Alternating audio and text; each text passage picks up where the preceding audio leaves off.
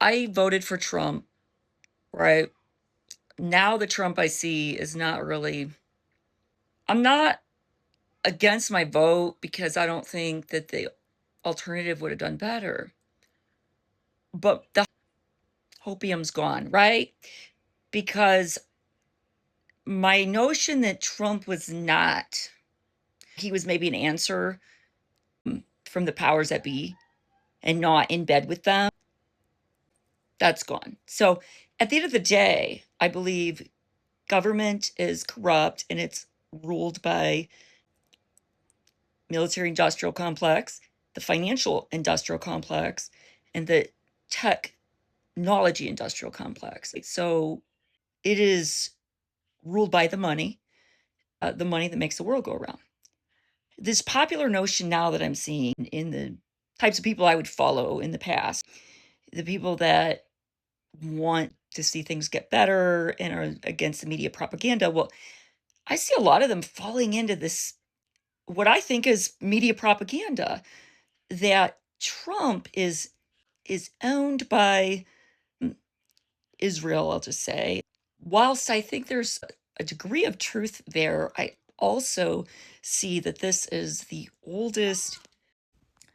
I think everybody's making it way too simple and they're focused on the wrong thing. The that is the oldest playbook story, right?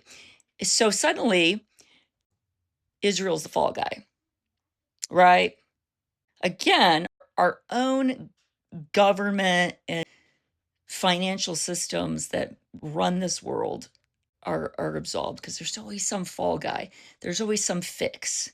I'm seeing a lot of people say they regret their Trump vote. They regret their Trump vote because he went into war and it's horrible and it's all for Israel. I mean, no, I'm not pretending to know everything because I don't. What I do know is that Trump is following a playbook. This playbook is not his playbook, and it's preset. Think about it. Just think about when he July of 2024. Everybody hated him supposedly. I mean, he had his MAGA, but the assassination attempt on his life, and then suddenly, just like a deck of cards, Elon Musk got behind him. It seemed like just like that, everything shifted. Right then and there, I was a little bit nervous. I was glad, but I had this eerie feeling that we were going to see who runs the world, essentially, because what was set up that day, and I say set up because if you can't see by now that we are living in Shakespeare said the world is a stage, right? Ecclesiastes, Solomon, wisest man in ever, nothing new is under the sun. It's like I now go back and I look at history all the time and I connect the dots and see what's been done back there. It's nothing's did. We think we're unique, but we're not. I have now concluded that government's corrupt. Financial institutions are corrupt. It doesn't matter. Left, right, it is the system. And in order to be on the top, we've seen now you got to get corrupted. So Epstein was not the only one, but this is it. They get dirt on you so that they've got you, right? By the balls. So they got Trump by the balls, I guess. He's willingly doing it, but he's clearly a connected individual. And this notion that it would have been different if somebody else got in there is silly. I mean, no, Trump is not, he's now I see, like I thought he was like a loose cannon making decisions on his own. But this run, I mean, come on, look at his inauguration. Who was there? Bezos, Elon Musk to the moon. Why was Elon Musk so ecstatic? Do you think they didn't have this planned? Look at Elon Musk's SpaceX IPO. Everybody that's anybody, it seems, once that money starts rolling in, you, you got to play the game. You got to play the game. So the depressing part about it is just that there's no answer, except that we become sovereign ourselves and we live the way we want to live. And if we keep falling into this bait that they have, then it's just, I don't know, man. But for these people to really think that's it.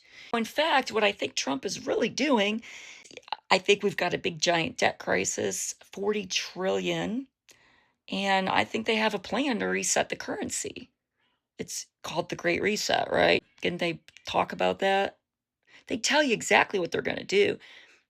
And I just think there's so much more to this whole Iran thing, the oil, the money involved, and